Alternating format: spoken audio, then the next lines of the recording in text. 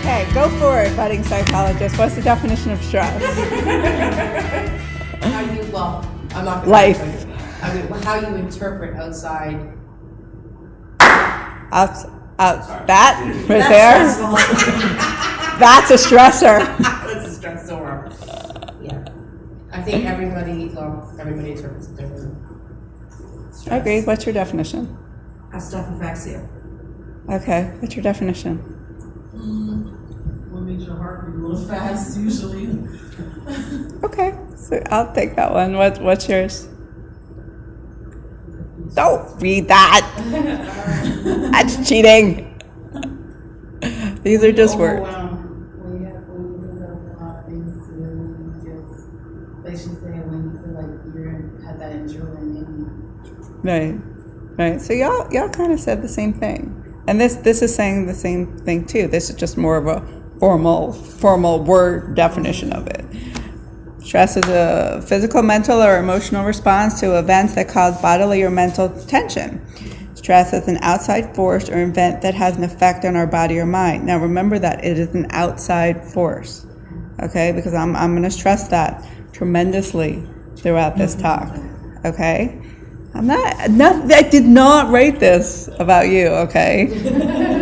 Don't think I did. All right. We're going to go through some tips that are going to help hopefully reduce the stress and increase the relaxation. Okay, the first thing you have to do is you have to identify the sources of your stress in your life. Now you really have to identify them because it's not always as easy as it sounds.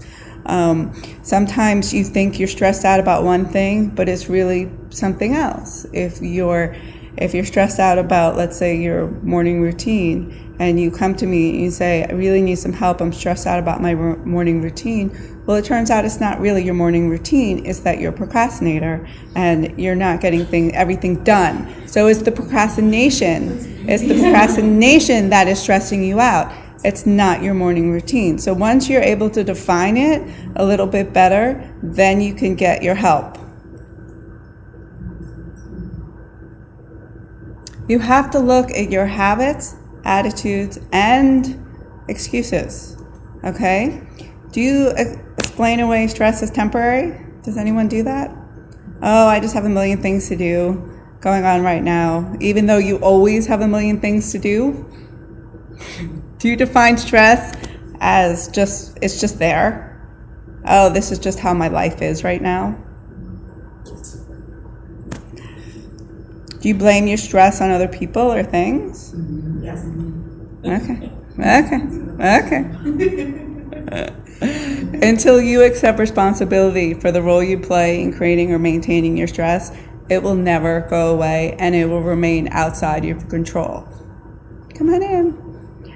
What we're going to learn here, hopefully, is that how you react to situations is how you de-stress, okay? One suggestion I have, which we don't have to do, it's just a suggestion, is start a stress journal. It can help you identify ways, and I know if you're already really stressed out, you're gonna say, well, I don't need one more thing to stress me out. But sometimes when you stop and you take a minute, you realize that you need one more thing, because if you can actually really identify what your stress is, you won't be so stressed out. Okay? Write down what caused your stress. How did it make you feel? Both physically and emotionally. That's another thing we're going to talk about. Stress affects your body, your mind, and your spirit. It affects everything. Some people get migraines. Some people get pain in their body. Does stress affect anyone physically? Yeah, it does. I mean, I used to grind my teeth when I was done with the semester in school, and that was all my stress just coming out. I bottled it up for an entire semester, and after that was done, my body was just completely falling down. So stress affects us physically. Okay, Let's look how you currently cope with stress. Your stress journal. I know not everyone can do that, but we need to start looking at ways. Tell me, before I go to the next slide, tell me some ways that are good with handling stress.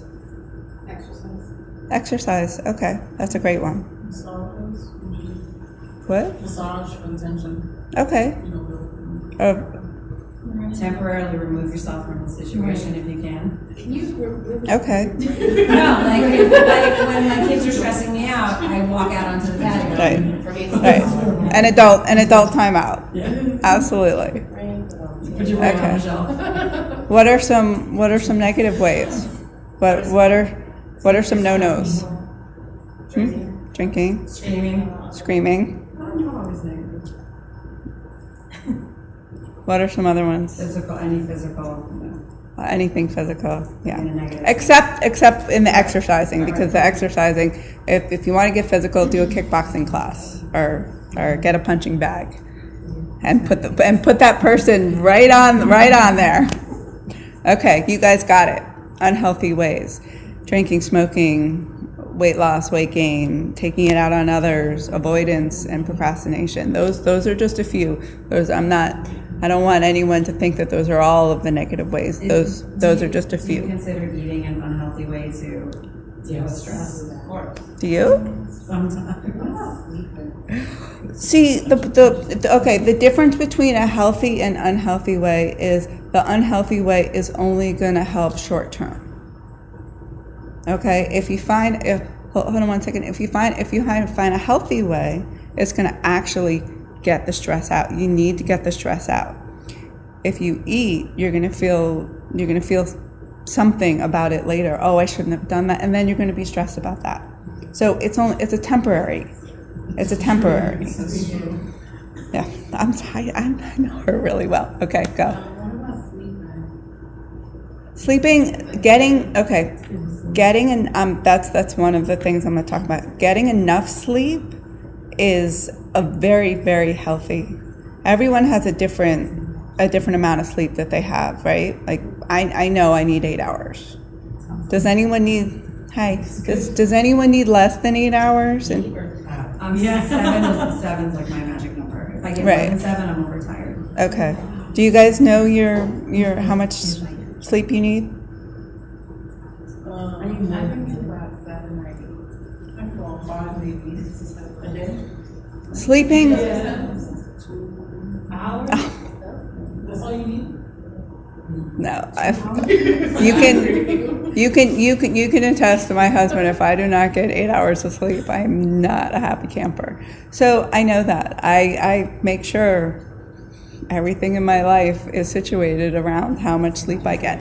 Now, if you sleep to avoid stress, that falls under the umbrella of avoidance. Okay, there's a difference. For example, you're going through stress, and then you're stressed out, so you just go to sleep. Does the stress go away after you wake up? No. No. I'm being serious. Does it go away? No. Okay, then it doesn't work.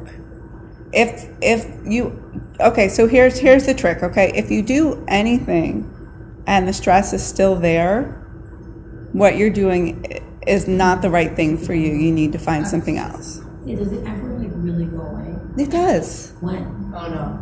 Well, okay, you're pregnant right now. I know, I feel like that all the time. So it's a little hard. It's a little hard to say that to you, but you need to find. I'm gonna go through some techniques on what you actually do, but you actually have to change who you are and how you deal with situations in order for the stress to really go away.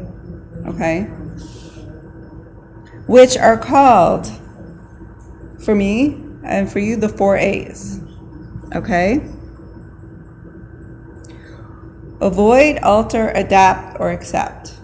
Okay? 2 of them deal with changing the situation, and 2 of them deal with changing your reactions. Those are the only 2 things that we as humans can do. We can't change other people. We can't change life. We can't change that. We can change the situation, or we can change how we react. When we try to do other things, It leads to us being angry, upset, and stressed out, and eating or sleeping or doing whatever. So in change the situation, it's avoid the stressor and alter the stressor, okay? Change your reaction is adapt to the stressor or accept the stressor. So I have a question. So how would, give me an example of alter. Get rid of your. I'm getting there. Oh, you're okay. Sorry, I'm getting there. Whoops. Okay. Obviously, not all stress can be avoided, right? We can't avoid them, but what we can do is we can change how we react in the situations. Learn how to say no. Yeah, right. Right? I coined a phrase, and if I don't trademark it, I'm just going to kill myself. When you say yes to others, you say no to yourself. Okay? The more you only have, and I see this as our bodies as 100%. When you have 100% and you're giving to your kids, you're giving to your job, you're giving to, you're all women here, you're giving to the men in your life. Well, he doesn't count, he's just you're giving. How much do you think, percentage-wise, that you should keep for yourself?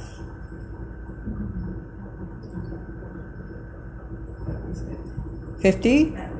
At least. Do you really believe that? You should. I'm not You saying should. I do. And I believe that. You should reserve 50. Oh, that's right now. That's higher. More is not realistic. That's that's one of those things that lead to stress, because you're saying, okay, well today I'm going to give 75% of myself to me. That's not realistic. 50% is tough, but that's really what you should shoot for. And honestly, I am a average kind of person. It's not 50% every day. It is 50% over an average. You can do it for a week. So how do you do that? You learn to say no. Okay, you have limits, and you stick to them. You avoid people who stress you out. If you have this one person that is constantly stressing you out, you need to limit the amount of time that you spend with them. Okay, it's not going to change. It might change if you step away from it for a little bit and figure out exactly how you can handle it better. What if you can't avoid them though? Like if it's your boss or your children. You can.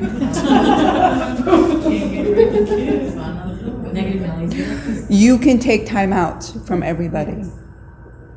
You know that. You can take time outs from everybody. You can even take a time out from yourself.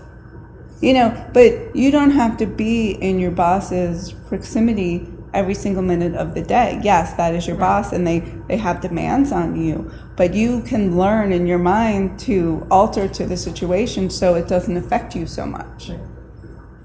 Take control of your environment. This is what I do. I can't stand watching the evening news, especially the local news. It just drives me crazy. I love listening to the news, but I watch it online. I do not like watching the TV.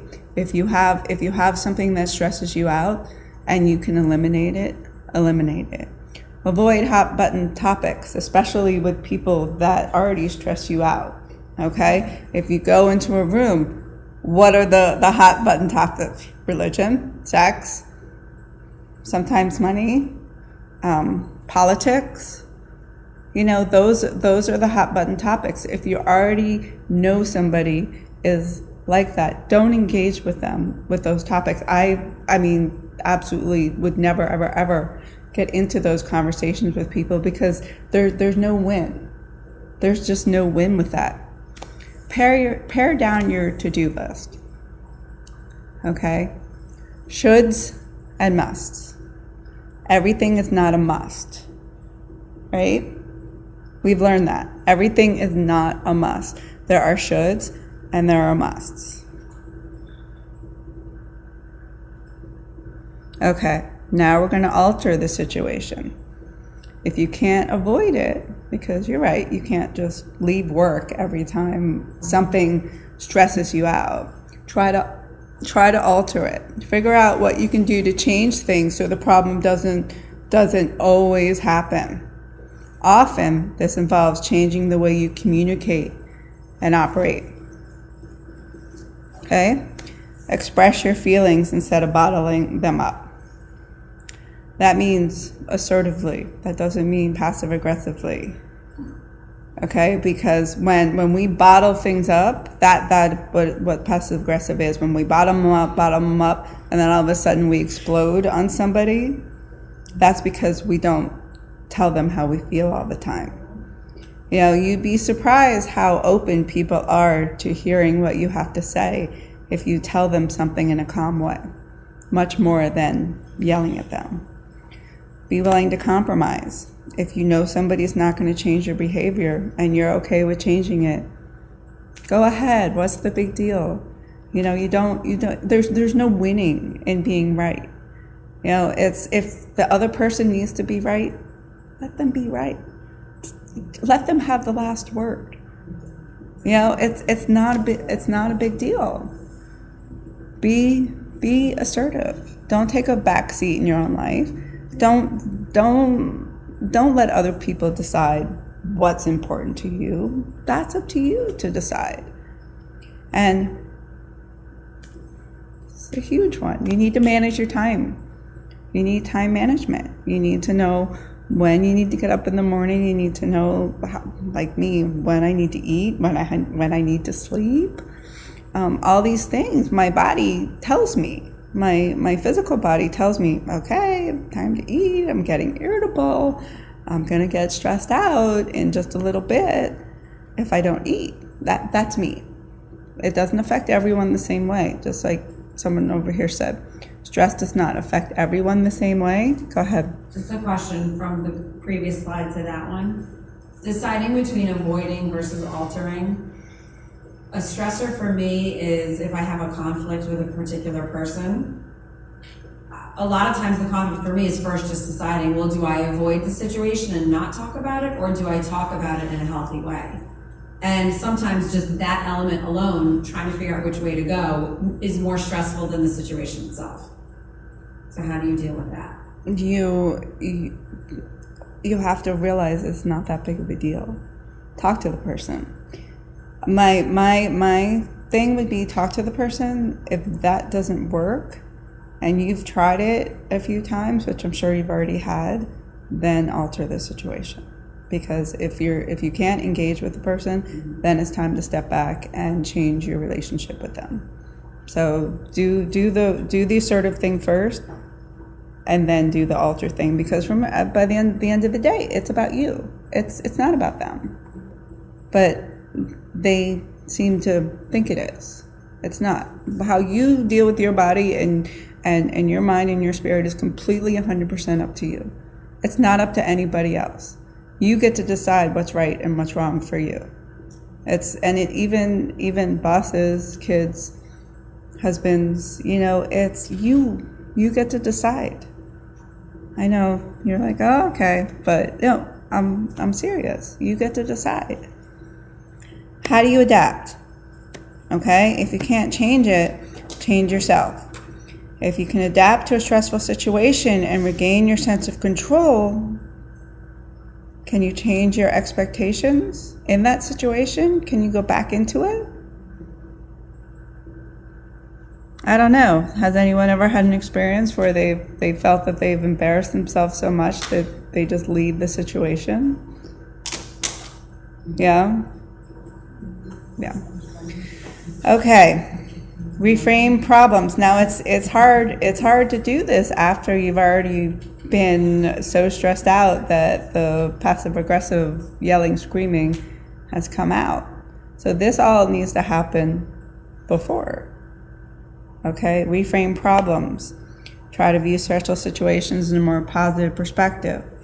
If you're in a traffic jam, you know, and you're so annoyed that you're going to be late and this and that, I'm very grateful that it's not me. You know, I don't get upset in traffic jams. It's not, I mean, when I pass by that and I see that car, I'm so thankful that it's just me and my time. because it's not that important. Nothing is that important. Look at the big picture. I am a believer that everyone needs to do something sort of stressful in their lives in order to be able to handle more. Everyone can only handle what they can handle.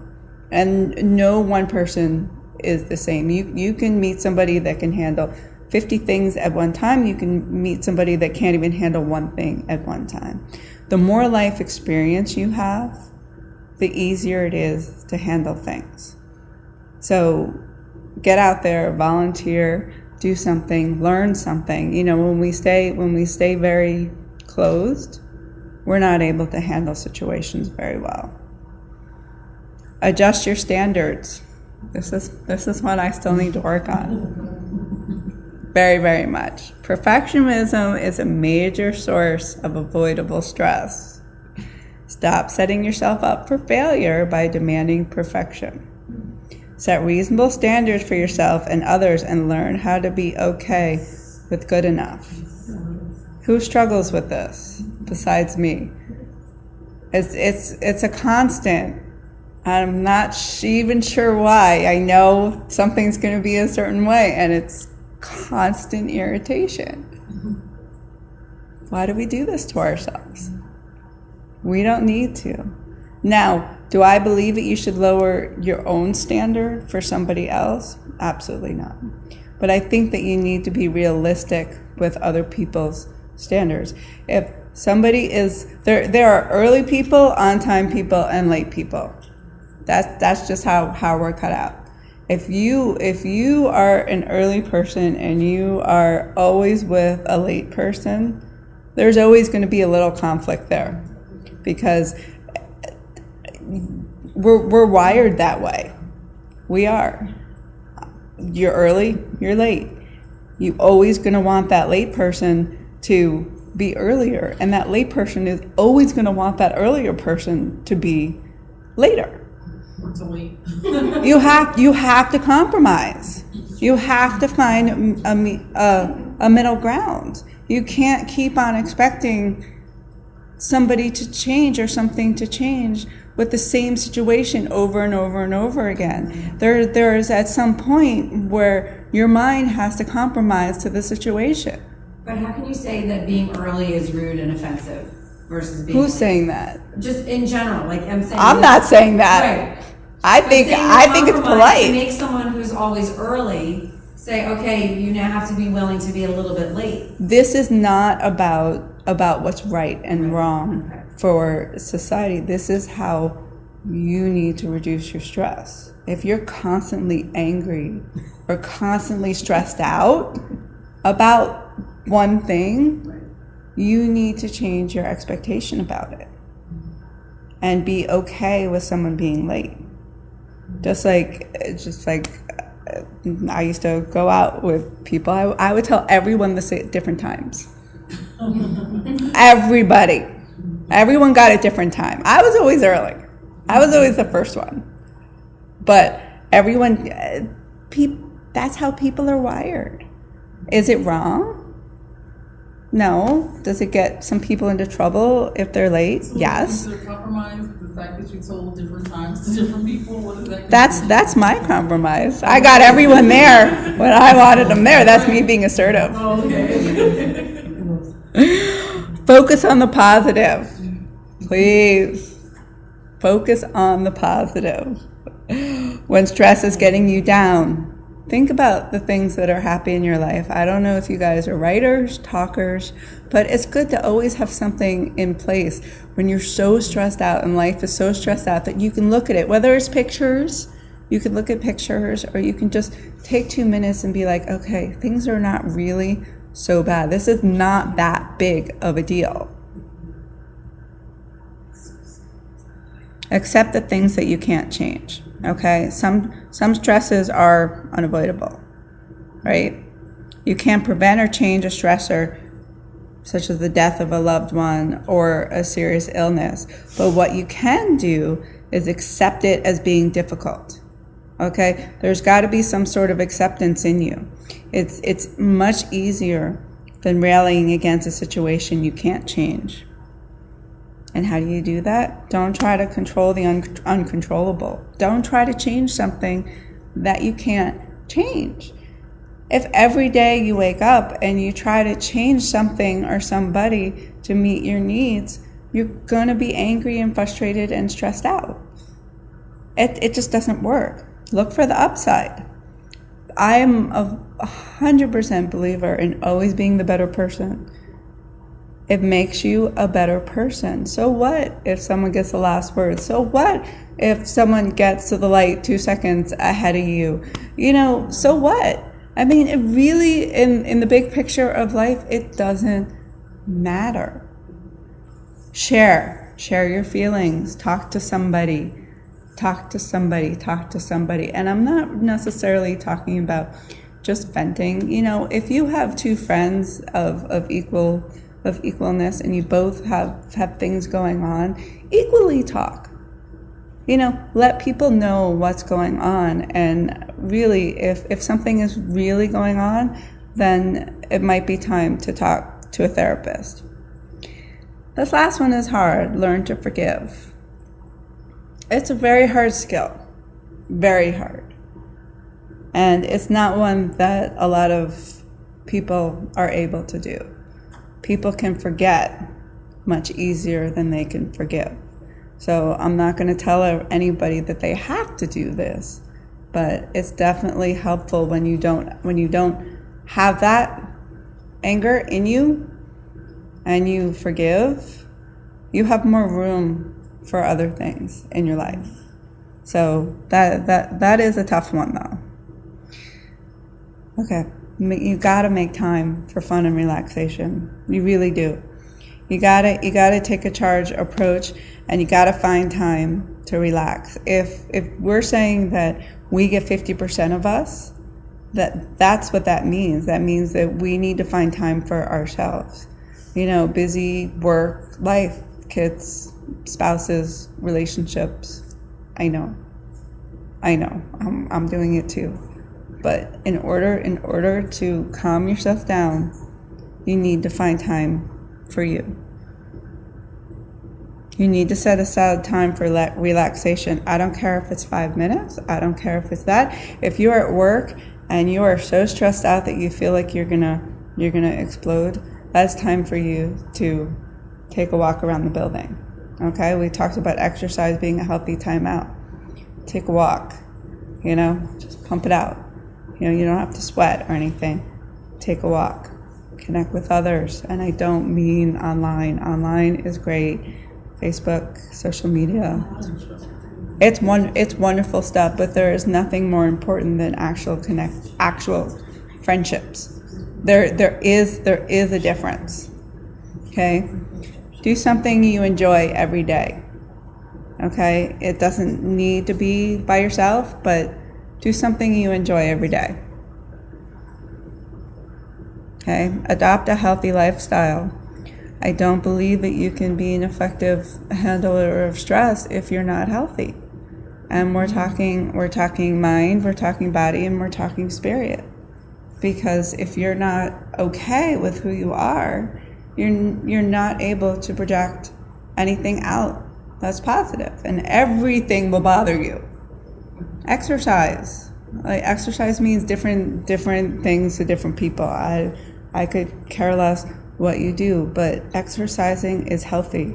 If you want to, just exercise with your kids, or play kickball, or join a team, or do something that's fun. Okay? Eat healthy. Okay? What we eat is how we fuel our energy, especially in the morning. We need to eat healthy in order to be able to do this.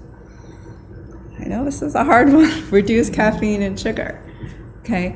That high that we get is temporary. And just like I said about stress, if it's there when you try your stress technique, then it's not working. Okay? Maybe avoid is a strong word, but alcohol, cigarettes, and drugs are not an answer. Okay, if you need to either drink or smoke or do any sort of drug, if you need to do it because you're stressed out, then you're saying, oh, well, I'm just going to go out and get slobbered tonight, because I just can't handle life. That's a problem. That's not going to solve your problem. If you want to go out and have fun and have a few drinks or whatever, and you're saying that you want to do it, there's a big difference. Does everyone get the difference in that? Yeah, because I'm not saying that it's wrong that somebody's going to tell me, oh, well, you told me, I could never have a drink again. That's not what I'm saying. I'm saying that you don't use it. If you're going to use it, don't do it. So for people who say I'm going to unwind at the end of the day with a glass of wine, does it help? I'm not me. I'm okay. Someone in my house. Okay. But see, that's the answer. Does it help? If it helps, one glass of wine is fine.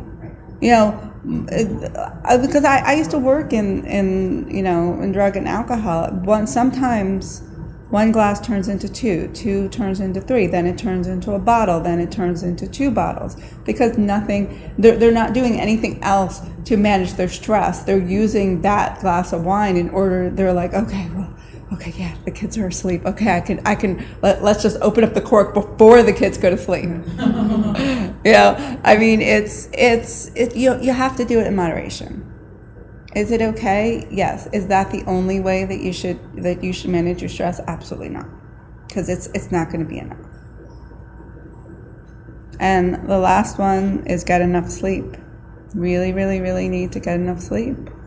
At least for me. I don't know about you guys, but sleep is very, very, very important. Okay. Does anyone have any more questions? Go for it. Print up the PowerPoint. I actually have a question. With all of these suggestions of dealing with stress, when you're in the actual present, when you're in the moment, and you're trying to be mindful of all of this, how do you bring it into any particular moment that's stressing you out? The ones where it's sort of like you have to think on your feet, and you have to decide, am I going to let this stress me out, or am I going to handle this in a more healthy way? Okay, let's go back.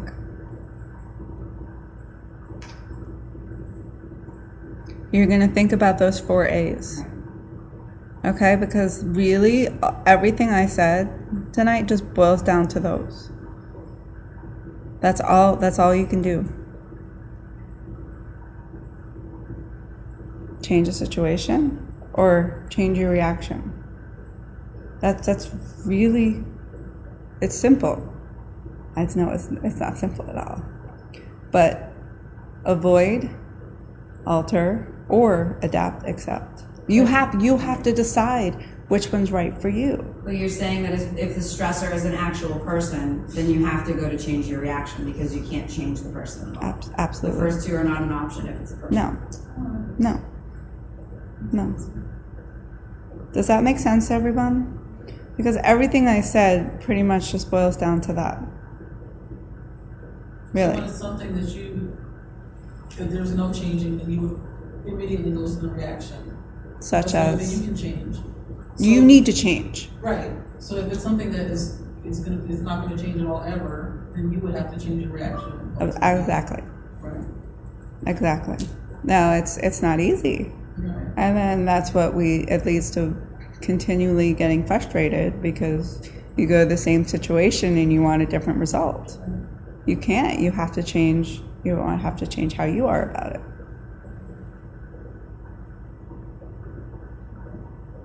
Anything else? Okay, I'm going to introduce Matt, the other Matt.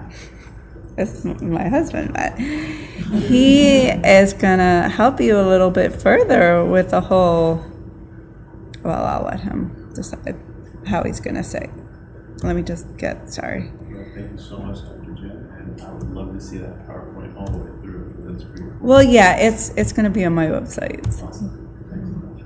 Well, good evening, everybody. How you doing? Good. Nice to meet you.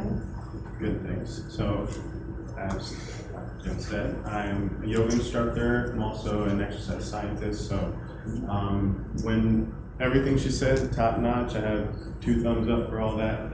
As far as the nutrition goes, please make sure it's, living foods, fruits, vegetables that you're including in that healthy part of it. You really need all those antioxidants to battle all the free radicals that are going on in that stressful situation you have.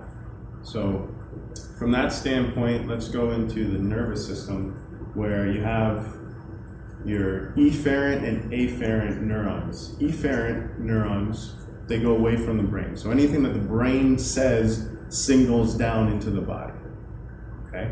So if you're perceiving a stressor, the brain hypothalamus is going to send out a hormone to the pituitary gland, which is going to send it down into your adrenal glands, and you're going to produce cortisol and epinephrine, and you're going to get worked up, okay?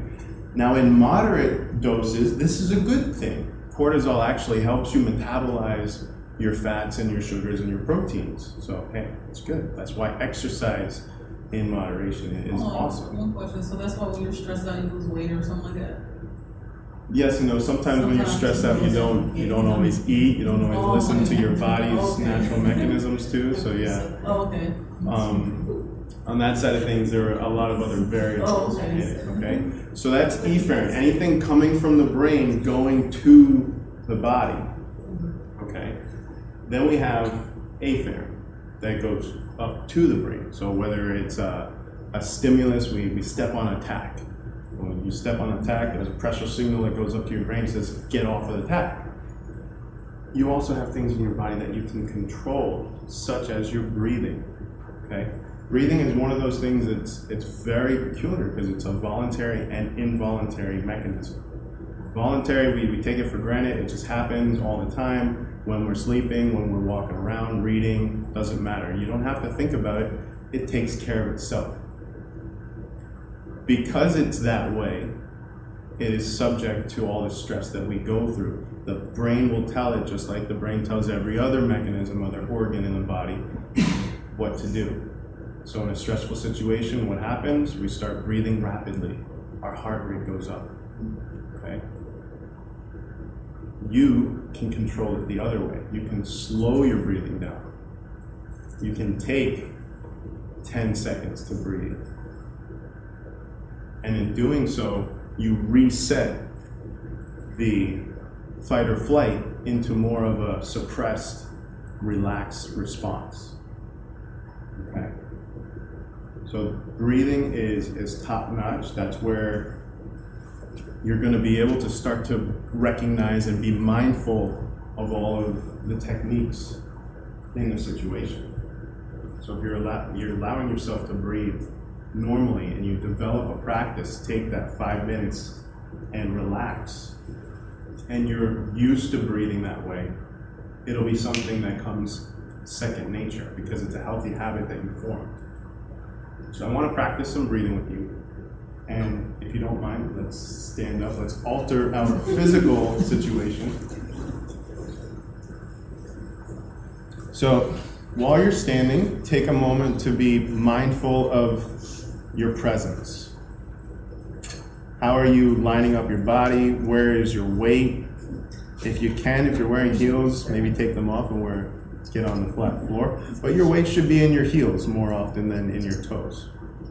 Your shoulders are back and you can slightly bend your knees.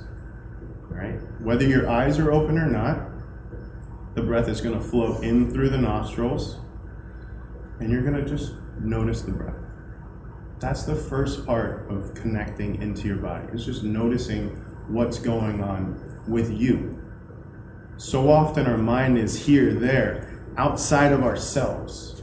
We need to bring it back in order to really control and connect. The second part is to start to elongate the breath. Take as long of a breath as you can, in through the nose and out comfortably. If you want to really access it, feel your abdomen expanding outward and contracting inward. So just a relaxed breath on its own is a great way to de-stress. And if you start to really access the full breath from your abdomen up through the rib cage all the way into the chest, it's a very life-giving kind of thing. You need all that oxygen, right?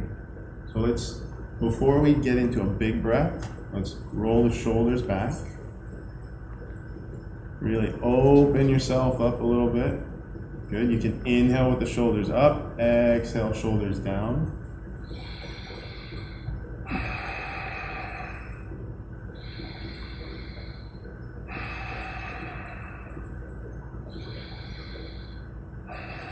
Good. Relax the arms. And just let the breath come into the body again, expanding through the abdomen, up through the chest, and letting it out slowly. The body works best in a semi-alkaline pH, meaning that if you look at pH from a neutral perspective, it's at 7. Our blood is around 7.4. Anything above 7 is alkaline, anything below it is acidic. So hydrochloric acid is around 2. All right, that's the way you look at it. When we take shallow breaths, we're not allowing all the carbon dioxide out of the body. Carbon dioxide creates lots of acidity. When you exhale, focus on that exhale, you're allowing your body to come back to a normal pH through the blood, okay? You gotta remember, you're inhaling oxygen, your body's using that oxygen in its cells, we're producing waste products, and those waste products have to be eliminated. Most of them are eliminated through our breathing, okay? So just a normal breath, inhaling, exhaling as long as the inhale, maybe even longer as you do it. Okay, this is called the perfect breath because you're doing everything equal. Another one to try during the day if you're feeling like you need an energy boost or a pick-me-up, but you're not hungry, you're just kind of dull and you feel drained. It's called alternate nostril breathing. You literally will clog one nostril and then the other one. So we'll try this together. You take one hand, I like to use the knuckle just in case, I've been driving around, I haven't had time to wash my hands. So you cover one nostril, you inhale on one side, then you switch, exhale on the other side, inhale that side,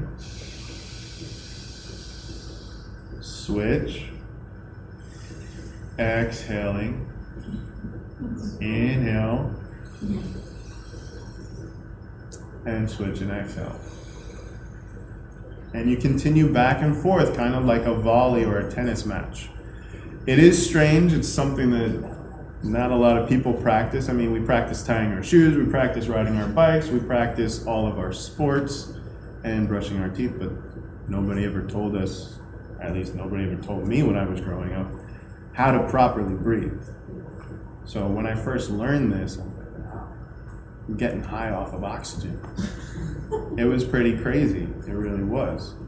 But it's allowed me to be in control of my state, my situation, my internal situation, okay? What you're doing with this alternate nostril breathing is you're affecting both hemispheres individually. So you're increasing blood flow to the right side when you're using your left nostril, and you're increasing blood flow to the left side using the right nostril. Okay, so you're able to help balance yourself out physically. Right? What else do I want to cover? Oh, we can sit down for this next one. So, similar to doing physical exercise and exerting yourself, you get the same benefits from breathing exercises where you're able to eliminate that stress of the day and kind of just let everything loosen up again. So there's a movement called Kapalabhati breathing. It's a fire breath. it's a fire breath because by the end of it, you're feeling it in here, and you might even be a little sweaty across the brow. Okay. So bear with me. You can choose to move the arms with you, or it can just be a breath from the abdomen. It's a rapid breath. Okay? It's focused on the exhale. It's almost like you're shooting a pea out of a little pole. So it's like very fast through your nostrils. You take a deep breath and you just rapidly go. Once you're done, you inhale.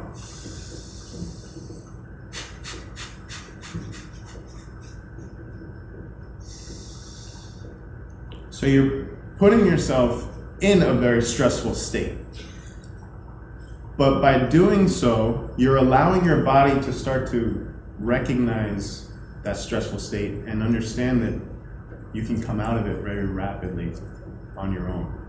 Okay, so the more the body is attuned to certain things, that's why running is great. That's why all these other exercises are a great way to counter everything. Doing the rapid fire breath is a nice way as well. Okay. That's to control the stress? That one you said? That one you would use beforehand, like during the beginning of the day to wake up, or maybe after lunch when you're kind of feeling a little drowsy. Yeah, that one's a great way to combat stress. So you use it kind of like training day, and then when stress comes, you're like, okay, I've already got that rapid breath. Well, I can take a deep inhale and exhale and take that. All right. Anybody have any questions? Great. Thank you so much. Thank you.